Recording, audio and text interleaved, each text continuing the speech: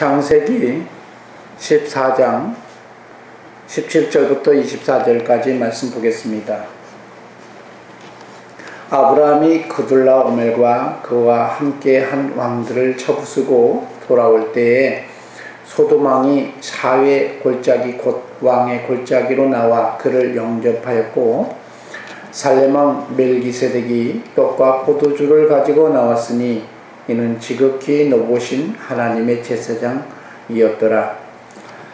그가 아브라함에게 축복하여 이르되, 천지의 주제이시오 지극히 높으신 하나님이여 아브라함에게 복을 주옵소서. 너희 대적을 내 손에 붙이신 지극히 높으신 하나님을 찬송할지로다 하매, 아브라함이 그 얻은 곳에서 10분의 1을 멜기세덱에게 주었더라. 소돔 왕이 아브라함에게 이르되, 사람은 내게 보내고 물품은 네가 가지라. 아브라함이 소돔 왕에게 이르되, 천지의 주제시오 지극히 높으신 하나님 여호와께 내가 손을 들어 맹세하노니 네 말이 내가 아브라함으로 치부하게 하였다 할까 하여 내게 속한 것은 실 한 오락이나 들매끈 한 가닥도 내가 가지지 아니하리라. 오직 젊은이들이 먹은 것과 나와 동행한 아넬과 에스글과 마므레의 분깃을 제할지니 그들이 그 분깃을 가질 것이니라. 아멘. 본문이죠. 많이 들어왔던 본문입니다. 이 본문을 통해서 하나님은 우리에게 있어서 어제나 오늘이나 동일하신 하나님임을 알기를 원하는 것 같습니다.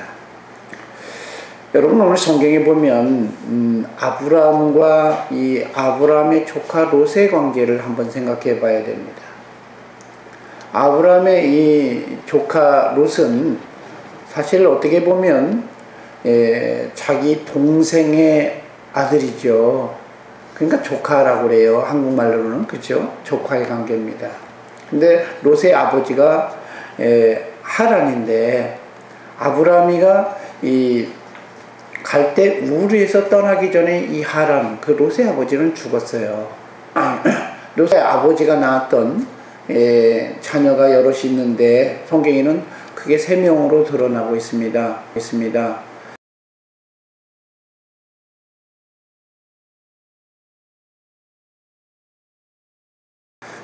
성경에 보면 롯과 그 다음에 이제 아브라함의 동생이었던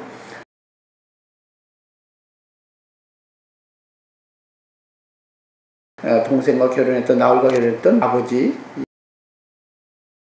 하란의 자녀로 이렇게 드러내고 있어요. 그리고 또 한 사람이 드러나는데 그 사람은 행적이 안 드러나고 있고요. 근데 여러분, 중요한 게 무엇이냐면 이 아브라함의 이 조카 롯을 아브라함은 자식처럼 키워왔고, 가는 곳곳마다 자기 자식처럼 데리고 다녔어요. 그렇죠? 성경 보면 아브라함의 이 조카 롯과 밀가와 이 관계는 어떻게 보면 이 온누이 관계, 그렇죠? 온누이라고 그러잖아요. 하여간에 이 가족 관계죠. 이 가족 관계로 이어져 가고 있는데, 그럼에도 불구하고 아브라함의 조카 롯은 아브라함을 따라서 가나안 땅에 따라갑니다. 그 얘기는 무슨 얘기일까요? 참 큰아버지를 자기 아버지처럼 이렇게 생각했던 것 같아요. 이 아브라함은 성경에 보면 아브라함의 아버지 데라죠. 근데 데라가 몇 세의 자식을 낳아요? 아브라함을 몇 세의 자식을 낳아요? 여러분, 성경에 이렇게 나와 있습니다. 11장에 보면 데라는 70세에 11장 26절에 보면 70세에 아브라함과 나홀과 하란을 낳았다. 그러니까 무슨 얘기냐면 아브라함, 나홀, 하란은 새쌍둥이일 확률이 높아요. 왜? 같은 연도에 낳을 수 있는 확률은 조금 그렇잖아요. 1월 달에 낳았으면 12월 달에 낳을 수도 있지만 그렇잖아요. 3명이 한꺼번에 날 수 있는 확률은 없기 때문에 최소한 쌍둥이거나 새쌍둥이거나 이렇게 되어지는 거죠. 그렇게 되어진 걸로 저희가 추정이 됩니다. 그런데 중요한 건 무슨 일이냐면 이 아브라함이 이 76세에 우르에서 떠나요. 근데 우르에서 떠나는 것을 성경에 보면 하나님께서 이 성경적으로 계산해 보면 우리가 놀라운 사실이 있습니다. 아브라함이 태어날 때까지는 성경에 보면 노아가 살고 있었어요. 사실은 이 연수가 몇 세 살았다 이렇게 계산해 보면 굉장히 오래 살았으니까 노아가, 그죠? 그걸 계산해보고 이러다 보면 아브라함이 태어날 때쯤에는 노아가 살고 있었어요. 셈도 살고 있었고 함도 살고 있었고 야벳도 다 살고 있었던 거예요. 그런데 76세가 되기쯤에 76세에 성경에 보니까 떠나니까 그때쯤 겨울 한 몇 년쯤에 떠나기 직전 한 몇 년 조금만 이제 한 10년 정도 된 것 같아요. 그 정도쯤에 계산해 보면 차이가 있겠지만 노아가 죽어요. 연수를 계산하면. 그러니까 성경은 이렇게 계산해 보지 않으면 잘 모르는데 그 얘기입니다. 그런데 노아가 죽고 나서 하나님은 요구한 게 있어요. 아브라함에게서 본토 친척 아비집을 떠나라. 노아가 살고 난 이후부터 노아가 계속 아브라함 때까지 지난 중간에 무슨 과정이 있었어요? 바벨탑 사건이 있었잖아요. 그죠? 그래서 흩어질 건 흩어지고 뭉치는 건 뭉치고 이렇게 이어졌는데 그 얘기는 무슨 얘기냐면 중간에 하나님을 향한 이 열정의 신앙이 계속적으로 이어져 내려왔어야 되는데 노아가 죽고 나서부터 그런 신앙이 어떻게 해요? 아브라함에게 영향을 끼치지 못하는 것 같아요. 왜 아브라함에게 본토 아비 친척집을 떠나라고 했을까요? 거기서도 충분히 하나님을 경외하고 바라볼 수 있었다면 하나님이 굳이 가나안 땅에 보낼 이유는 없었겠죠. 여러분 성경은 우르라고 얘기하는데 히브리 말로 가는 오르라고도 하고 우르라고도 합니다. 히브리는 모음이 없기 때문에 우르도 오르든 이렇게 읽을 수가 있어요. 근데 그 의미가 뭐냐면 빛이에요. 무슨 얘기냐면 빛을 섬기는 그런 사람들이었다. 이렇게 신학자들은 얘기를 합니다. 근데 무슨 얘기냐면 하나님을 섬기는 사람이었는데 왜 노아가 죽고 나서 아브라함에게 떠나라고 했을까라고 얘기해보면 그 중간에 어떤 사건이 있었어요? 바벨탑 사건을 통해서 우리가 추정하는 게 뭐냐면 그들의 신앙이 참 조금 변화가 왔다. 사람 중심으로 바뀌었다는 거예요. 사람 중심으로. 그래서 기둥적인 역할을 했던 노아가 있을 때는 그걸 충분히 감당했었는데 노아가 죽고 나니까 더 이상 사람들이 뭐가 무서워요? 자기 경험이 무섭잖아요. 신앙보다 더 무서운 건 자기 경험과 지식과 이성이에요. 그걸로 자꾸 영향을 주고 자꾸 어떻게 영향을 줄 거라고 생각해서 그런지 하나님이 거기서 더 이상 있으면 안 될 거라고 생각해서 떠나라고 한 거예요. 본토 아비집을 떠나라. 그렇게 떠나라고 한 거예요. 그래서 결국은 하나님이 요청한 대로 떠나게 되어지는데 그때 함께하는 사람이 누구였습니까? 자기 아버지도 물론 떠났죠. 그때는 하란까지는 갔으니까. 그런데 그때까지 함께했던 사람이 아브라함의 조카 롯이었던 거예요. 근데 이 조카 롯은 하란에서도 거기서 멈춘 게 아니라 가나안 땅까지 따라왔던 사람이에요. 심지어 애굽까지 데려가 그 함께했던 사람이 누구냐? 아브라함의 조카 롯이에요. 그렇지 않습니까? 그런데 자식처럼 키웠는데 그래도 자식이 아니라 조카이다 보니까 아브라함은 네 재산 내 재산을 구분했던 것 같아요. 그래서 애굽에서 나올 때 아브라함에게 굉장히 그냥 물질의 풍부함을 이제 축복을 받죠. 그런데 아브라함의 조카 롯에게도 축복을 받게 되었다라고 얘기를 하고 있습니다. 그렇죠? 그러니까 여러분 무슨 얘기냐면 어떤 일이 벌어졌느냐.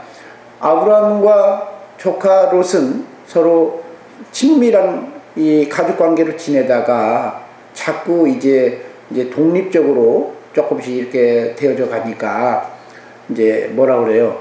좀 이질감이 생긴 것 같아. 그래서 자꾸 다툼이 생겨요. 목자로 인해서. 목자들끼리 싸우면 뭐 네 양이나 내 양이나 막 싸우고 있는데 그러면서 어떤 상황이 와요? 결국은 아브라함과 조카 롯과도 싸우게 되는 거예요. 그래서 아브라함이 더 이상 얘랑 함께 할 수 없겠구나라고 결정을 한 것 같아요. 그래서 창세기에 보면 13장에 보면 이렇게 얘기합니다. 한번 볼까요? 13장 8절에 보니까 아브라함이 조카 롯에게 이르되 우리는 한 친족 가족인데 가족이라고 얘기하면 너나 너 내 목자나 네 목자나 서로 다투게 하지 말자. 그 얘기는 무슨가 다퉜다는 얘기입니다. 내 앞에 온 땅이 있지 않냐 나를 떠나가라. 일부러 너무 다투니까 의가 더 상하고 문제가 될까봐 이제는 내보내는 거예요. 그렇죠? 성경에 보면 아브라함은 이삭을 내보내지는 않잖아요. 그렇죠? 근데 조카 롯은 내보내는 거죠. 그러니까 내보내는 거예요. 그러면서 뭐라고 표현하냐? 네가 좌하면 나는 우하고 네가 우하면 나는 좌하리라. 이 말이 무슨 얘기예요? 다시는 보지 말자는 얘기죠. 사실은 네가 좌하면 나는 우하고 네가 우하면 나는 좌하겠다. 이 말은 의미는 야 다시는 보지 말자. 그 정도로 어떻게 보면 굉장히 골이 생긴 거예요. 사실은 그렇잖아요. 야 그래도 보내니까 가끔가다 한 번씩 보자 이렇게 해야 되는 거 아니에요? 그렇잖아요. 명절 되면 아무리 좀 멀어져도 안 오면 섭섭하잖아요. 그런데 아브라함 뭐라 했냐? 다시는 보지 말자. 이렇게 결정하고 선택권까지도 자기가 먼저 있음에도 불구하고 네가 먼저 선택해라. 그러면서 보내는 거예요. 롯이 소돔성을 선택하게 되잖아요. 그렇지 않아요? 그래서 어떻게 보면 좀 보기에 좋지 못한 땅을 아브라함은 선택하게 된 게 그게 가나안 땅이잖아요. 그렇죠? 근데 사실 어떻게 보면 그 당시에는 가나안 땅보다 더 좋은 땅, 기름지고 찰진 땅이 어떤 곳이에요? 소돔 땅이었어요. 소돔과 고모라 땅이었다 이 말인 것입니다. 그럼에도 불구하고 아브라함은 보냈어요. 잘 보내주린 거예요. 그렇죠? 그런데 하나님이 세상을 주관하신 하나님이 무슨 목적을 이루려고 했는지 당시에 전쟁이 일어나게 해요. 그렇죠? 14장 1절에 보니까 당시에 신하랑 아므라벨과 엘라살 왕 아리옥과 엘라망 그들라오멜과 고이망 디다리 소돔 왕과 고모라 왕과 아드마 왕과 스보임 왕과 이렇게 싸우는 전쟁이 일어났다는 거예요. 마치 러시아와 저기 어디죠? 우크라이나. 러시아와 우크라이나가 좀 싸우고 있다가 서로 막 여러 국가에서 막 전쟁 물자를 지원하면서 하듯이 이렇게 하고 있는 것이 이렇게 하는데 그 당시에도 그렇게 되어진 것 같아요. 그게 왜 그러냐라고 했더니 14장 4절 보니까 이 사람들이 그들라오멜을 섬겼다고 얘기합니다. 12년 동안. 그러니까 한마디 말해서 뭐냐면 12년 동안 다른 모든 사람들 속국으로 삼으면서 강국으로 삼으면서 다른 사람들을 조공을 받고 이렇게 일종의 이게 지배를 했던 것 같아요. 그런데 12년 동안 섬기다가 섬겨보니까 제 13년에 더 이상 못하겠다고. 12년 동안 섬겼는데 이제는 힘이 조금 우리도 이제 할만하다 이렇게 세워졌나 봐요. 그래서 13년에 배반을 했는데 1년 있다가 이 그들라오멜이 이 연합군을 이끌고 이 전쟁에 이제 한번 손을 봐주러 온 거죠. 세상 말로. 그렇지 않아요? 그런데 손을 봐주러 왔는데 그러니까 무슨 얘기예요? 지금 국가와 국가 속에서 전쟁이 일어나는 거예요. 그런데 그 전쟁에 일어나는 속에서 오늘 본문을 보면 아브라함의 조카 롯이 소돔 땅을 선택했는데 그때 어떻게 해요? 포로로 끌려가게 되는 것입니다. 여러분 무슨 생각이 들어요? 원수 같은 놈, 친족이었지만 원수 같은 놈, 끌려가니까 어떤 사람은 잘됐어. 이런 생각 가질 정도로 서로 헤어졌잖아요. 다시는 보지 말자. 이렇게 얘기했던 사람 아니에요. 그런 관계인데도 불구하고, 아브라함의 조카 롯이 사로잡혀가고, 이게 끌려갔다는 사실을 들음으로 인해서 아브라함은 뭐라고 표현합니까? 14장 13절을 보니까 마므레에 있는 에스굴의 형제요 아넬의 형제 아브라함 이 사람들과 동맹을 했는데 이 사람과 동맹한 이 사람들과 14장의 14절을 보니까 집에서 길리고 훈련된 318명을 거느리고 한까지 쫓아갔다. 그러니까 아브라함이 진짜 거부가 된 것 같아요. 이 직원이 318명이라는 거예요. 그렇잖아요. 직원이 예? 예. 그러니까 집에서 길리고 훈련된다니까 그거 뭐예요? 그 달만 있었겠어요? 뭔 일이 덜해지면 자기 양도 지키고 해야 되니까 이 정도로. 그러니까 어떻게 보면 가신을 이제 그잖아요. 하여간 이제 정말로 이 훈련된 이제 그런 힘을 가지고 있는 사람입니다. 중에 호족과 같은 우리나라에 보면 그렇죠. 이런 힘을 가진 사람이에요. 큰 느낀 거 있잖아요. 여러분 성경에 보면 4대 5로 싸워서 서로 4대 국가와 5국가 싸워서 이기지 못한 거를 아브라함이 전쟁에 참여하면서 대패를 해요.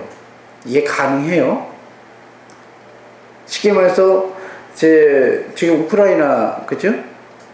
그제 싸우고 있는데 갑자기 우리 몇 명 데려가가지고 일종에 가서 이게 평정을 해버리는 거예요. 이게 가능하냐고요. 네이비시를 보내가지고 이게 안 되는 거예요. 사실은 말이 안 되는 거예요. 그런데 하나님께서 어떻게 하냐? 그 아브라함의 이 조카 롯을 살려고 달려들어서 했을 때 이겨요. 왜 이겼을까요? 왜 이겼을까요? 여러분 가끔가다 그런 생각이 돼요. 어떻게 이길 수 있었을까? 이건 말이 안 되는 거예요. 제가 보기에는 전쟁을 참여했을 때 아브라함은 죽음을 각오하고 싸웠겠죠. 이번에 가면은 못 돌아올 수 있을 거다. 그렇잖아요. 전쟁에 참여한다는 것은 죽을 수도 있는 얘기잖아요. 그런데 전쟁에 참여하게 되는 거예요. 그런데 참여해가지고 결국은 찾아오는 것입니다. 그럴 때 이것을 보고 너무 기쁜 나머지 이 소돔왕이 왕 대접을 해줘요. 아브라함을. 17절 한번 보자고요. 오늘 본문. 아브라함이 그들라오멜과 그와 함께한 왕들을 쳐 부쉈다. 돌아올 때 소돔왕이 어떻게 해요? 사회의 골짜기 곧 왕의 골짜기로 나와 그를 영접했다. 왕의 골짜기로 나와서 영접했다. 왕들만 다니는 그 길에 왕으로서 대접을 해준 거예요. 왜요? 자기도 못 이기는 거. 자기들과 연합했던 군대들은 다 오합지졸해가지고 막 도망가고 그러다가 자기 백성도 못 지키고 있는데 그 몇 사람들이 참여해가지고 와서 어떻게 해요? 다 찾아오니까 그러니까 대단히 놀라운 일이겠죠. 정말 존경하는 마음이 있었겠죠. 여러분 생각해 보세요. 그 얘기는 무슨 얘기일까요? 세상 말로 아브라함이 마음을 조금만 따로 먹었으면 왕이 될 수도 있는 거예요. 무슨 말 이해가시죠? 왕이 될 수 있는 거예요. 자기 아무것도 못하는데 그렇게 쳐들어오고 이게 처위에 다 박살을 내고 돌아오니까 그래서 소돔왕이 뭐라 표현이야? 다 가지라고. 그렇지 않아요? 뭐라 표현합니까? 성경에 보면 21절에 소돔왕이 아브라함에게 이르되 사람은 내게 보내고 물품은 네가 다 가지라. 그 얘기는 무엇일까요? 그래도 왕은 내가 해야 되겠다. 그런 것 같아요. 그러면서 왕은 안 되지. 이러면서 오는 것 같은 저는 그런 느낌이 듭니다. 근데 여러분 이 얘기를 하려고 했을까요? 성경에? 성경이 얘기하려고 지금 이 아브라함 조카 얘기를 할까요? 하나님께서는 말씀하신 게 있어요. 아브라함에게 네가 어디로 가든지 형통케 하겠다. 그렇잖아요.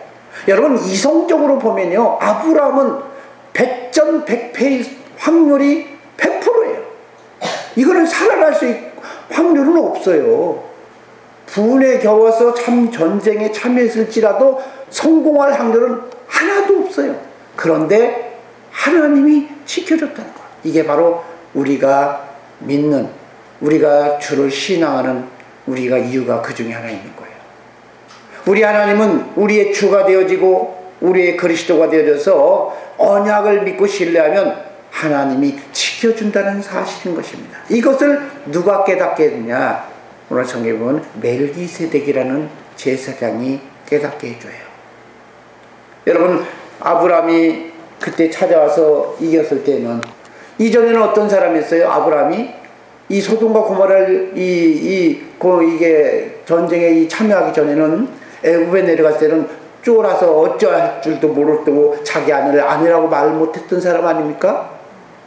그렇잖아요. 죽을까봐 무서워서 쫄아서 그렇게 아무것도 하지 못한 사람이 대단히 강한 열국들을 전쟁을 참여해서 자기 조카로서 구하려고 참여를 해요. 왜요? 거기에서 뭐가 생겼어요? 하나님이 자기를 지켜준다는 이 믿음이 생긴 거예요. 여러분, 신앙의 훈련은요, 우리에게 믿음이 세워져야 되는 거예요. 아브라함처럼. 아브라함은 별로 신앙이 처음에는 좀 두렵고 떨렸을지라도 하나님이 세워주는 걸 믿어서, 그래서 전쟁에 참여한 것 같아요. 근데 여러분 18절 한번 볼까요? 살렘왕 멜기세덱이 떡과 포도주를 가지고 와서 뭐라고 표현했습니까? 19절에 아브라함을 축복해요. 천지의 주제이신 하나님. 천지의 주제인가 뭐예요? 하나님이 세상을 그렇게 주관했다, 이런 걸 경영했다, 이 말인 거죠. 그러면서 뭐라고 했어요? 지극히 높으신 하나님이 아브라함을 복을 주옵소서. 그러면서 너희 대적을 너희 손에서 붙이신 지극히 높으신 하나님을 찬송할지어다, 이렇게 고백을 합니다. 그러니까 아브라함이 어떤 얘기예요? 어떤 액션을 취해요?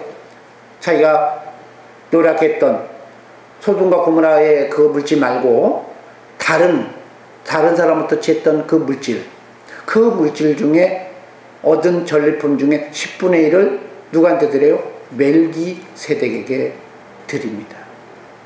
그 얘기는 무슨 얘기일까요?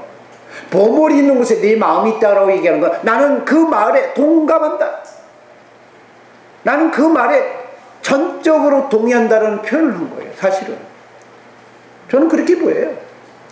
멜기세덱이라는 사람이 와서, 근데 이 멜기세덱이 누구일까요? 여러분, 멜기세덱은요, 성경에 보면 여러 군데가 나옵니다.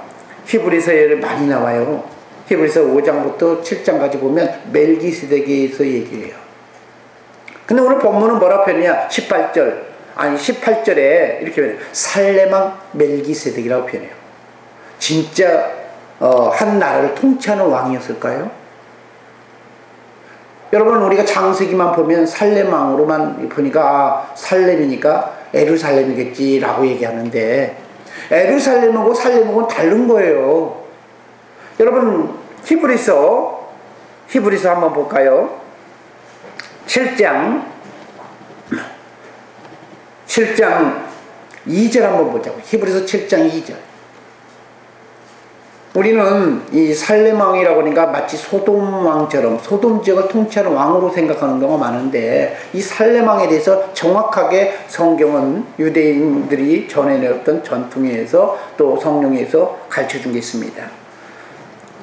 7장 2절 보니까 아브라함의 일체 10분의 1을 그에게 나누는데 그 이름을 번영한 즉, 7장 1절부터 보면 멜기세덱은 살렘왕이요 지극히 높으신 하나님의 제사장이라, 이렇게 표현하죠. 여러 임금을 쳐서 죽이고 돌아온 아브라함을 만나 복을 빈 사람인데, 여러분 10분의 1을 그에게 줬다고 했어요, 아브라함. 근데 그 이름을 번역한 데 첫째 의의 왕. 무슨 말 이해가시죠? 멜기세덱이라는 의미가 의의 왕이라는 뜻도 있다. 두 번째, 또 살렘 왕이다. 또 평강의 왕이다. 이런 의미가 있다는 것입니다. 그러니까 한마디 말해서 무슨 얘기냐면, 살렘 왕이라고 말했을 때 살렘 지역을 통치하는 살렘 왕이 아니라 그런 사역을 하는, 그렇게 인정하는 사람이었다는 거예요. 근데 그 사람은 사실은 누구냐? 제사장이었다는 겁니다. 근데 3절에 보니까 7장 3절에 아비도 없고 어미도 없고 족보도 없고 시작한 날도 없고 생명의 끝도 없고 하나님 아들과 방불케 하여 방불하여 항상 제사장으로 있는 분이다. 여러분 누굽니까? 시작도 없고 끝도 없다면 성경에는 하나님이죠. 그렇지 않아요? 그런 부분 외에는 없어요. 무슨 얘기냐? 그래서 히브리서에 보면 멜기세덱에 대해서는 말할 때 저기가 알아듣기 어려우니까 너희가 듣는 것이 둔하니까 해석하기 어려우니까 11절에 5장 11절에 보면 히브리서 5장 11절에 보면 어려우니까 말을 하지 않는데 사실은 누구였습니까? 하나님이었던 거예요. 독생하신 하나님이었던 거예요.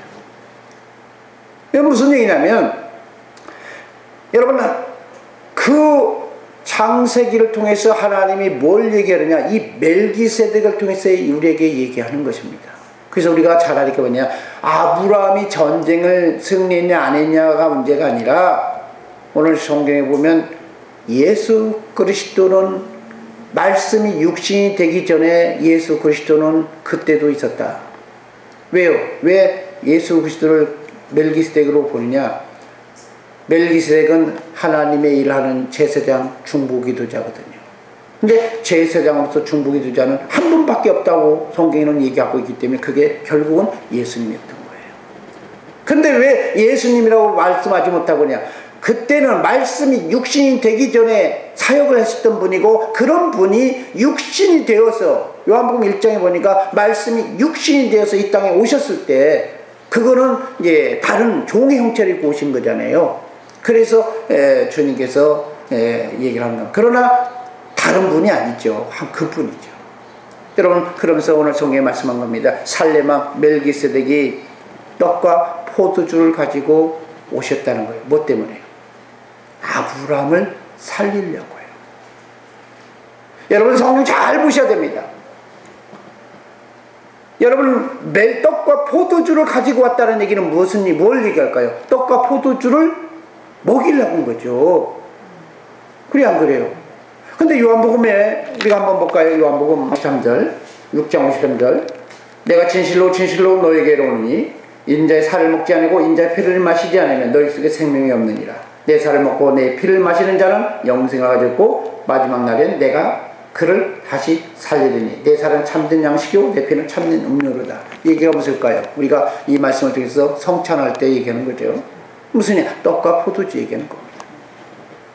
그게 무슨 얘기냐면 아브라함이 전쟁에서 승리를 했을 때 하나님은 아브라함에게 떡과 포도주를 먹길 원하는 거예요.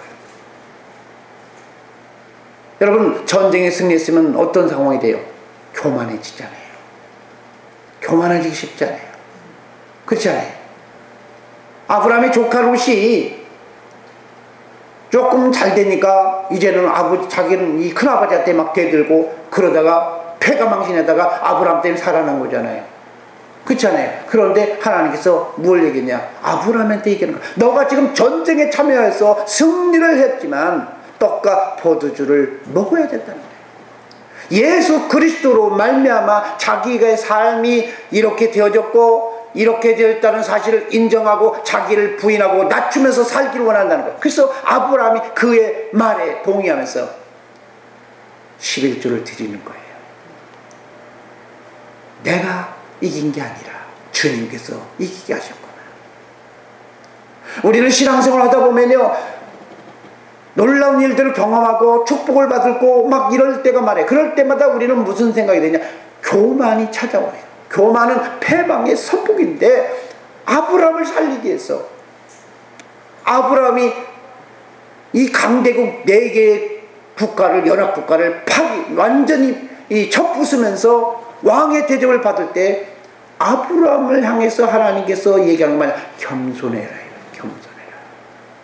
주의 영광을 갖고 나아가서 승리하고. 그래서 여러분 중앙에 뭐냐? 멜기세덱에 드리면서 자기의 신분을 다시 찾는 겁니다.